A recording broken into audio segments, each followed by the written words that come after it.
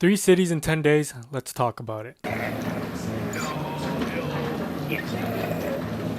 Hi, Mom. To be honest, this trip was well overdue. It was supposed to be our graduation trip, but we graduated 2 years ago. But at least we made it happen, and that's all that matters. So when planning this trip initially, my buddy and I decided that we get to each pick a city. I picked Paris, my buddy picked Barcelona, and then in the end, we additionally agreed on going to Ibiza. Guys, we have a beautiful view right here. This is a beautiful view we got of Paris, which is great. The room is fairly small as well. He's taking a poop, and we're just gonna shower and then get ready for the day. We just landed too. It's around 1:30, and yeah. So we landed in Paris at around 10 a.m. We departed from our original destination at around 8 p.m. and so we were extremely tired considering that we barely got any sleep on the plane, 6-hour time difference. But we figured in order to overcome the jet lag, it's probably best for us to just thug it out and do our best to stay up until 9-10 p.m. and then afterwards we go to sleep and hopefully we wake up at a decent time the next day. So as soon as we got to the hotel room, we were not expecting the room to be that small. We spent around $150 a night there, and from the pictures when we were booking it, it definitely looked a lot bigger, but as soon as we walked in, it was literally the size of your closet. He sleeps here on this twin bed and I sleep here. We had to create a gap just so both of us aren't touching each other while we're sleeping. There's my little carry-on suitcase. Got my water. And then here's the thing. We have this chair here that obstructs the walkway. So in order for me to get over to this side, I have to hop over the bed. You got your sink, the toilet, and then the shower. That looks absolutely disgusting. But to be honest, the size of the hotel room was the least of our worries. We were there for Paris and not the hotel room. And as long as we had a bed to sleep on, everything would have been fine.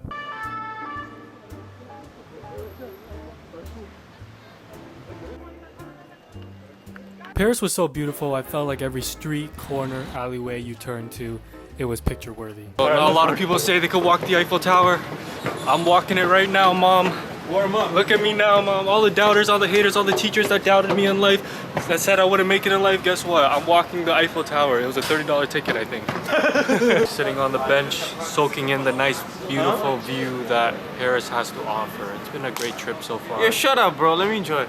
Being able to see Paris from the Eiffel Tower was truly breathtaking, and then on top of that, the same night we went back and got to see the Eiffel Tower light up and then also sparkle, which was honestly a dream come true. Like, I literally could just sit down and stare at the Eiffel Tower for hours just because of how intricate and how beautiful that monument is. We also got to see the Mona Lisa too, which is honestly crazy to me. Like, growing up, you've seen it on magazines, posters, online, but to finally see it in person was a different experience. I felt like I was obligated to get myself a Mona Lisa keychain. I'm gonna hold it near and dear with me, and it's gonna be with me for the rest of my life. So we spent a total of 3 nights in Paris, and honestly, I felt like that was perfect. There's a lot of walking during this trip. I think we averaged around 20,000 steps a day. Overall, Paris was chef's kiss. Just like that, Mom and Dad, we are off to Ibiza. Heading to the airport, Mom. It's 3:13. Only got 2 hours of sleep. Dialed in. Can't miss the flight. That's a fact. Bags are packed up. Morale is high. Sleep is low.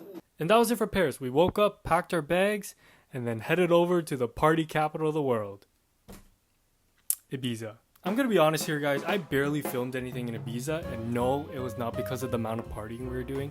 I think it was just more so we were on a very tight schedule, and I just couldn't find the time to pick up the camera.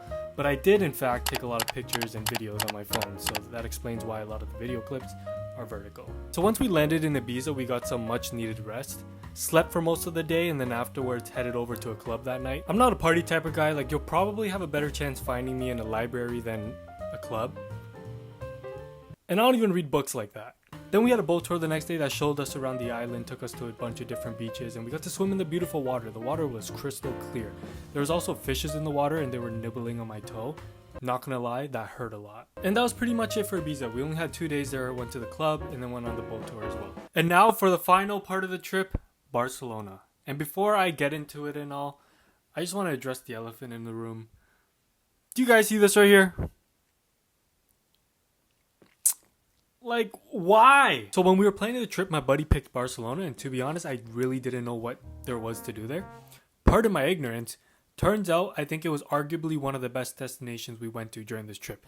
I enjoyed it so much. It was so much fun. Tons and tons of walking. Halfway through the trip, I felt very homesick, and I think that was because of how far we were. But as soon as we landed in Barcelona, it sort of felt like home. You know, there's some parts of the city where it felt like North America, and then other parts where it felt like Europe. But overall, I enjoyed it a lot. We went to go see the Sagrada Familia. I am 90% sure I am pronouncing it wrong. But honestly, as soon as I walked in those doors, I was mind blown. No word of a lie, speechless. Something I've never seen before. The art, the designs, all the small little details.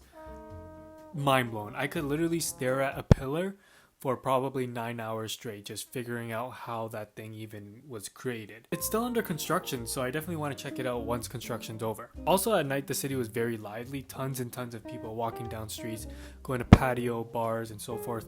We didn't do anything too crazy at night, and you probably have to fact check this, but I think that it's one of the better cities in terms of nightlife. Nice and beautiful. Goodbye! I'm going home, guys. I'm going home. As the trip went on, the amount of times I picked up the camera slowly started to decrease. I think I was just too caught up in the moment and also kind of tired because of the amount of traveling and moving around we've been doing. I'll do better next time. And yeah, that's basically all. See y'all in the next one.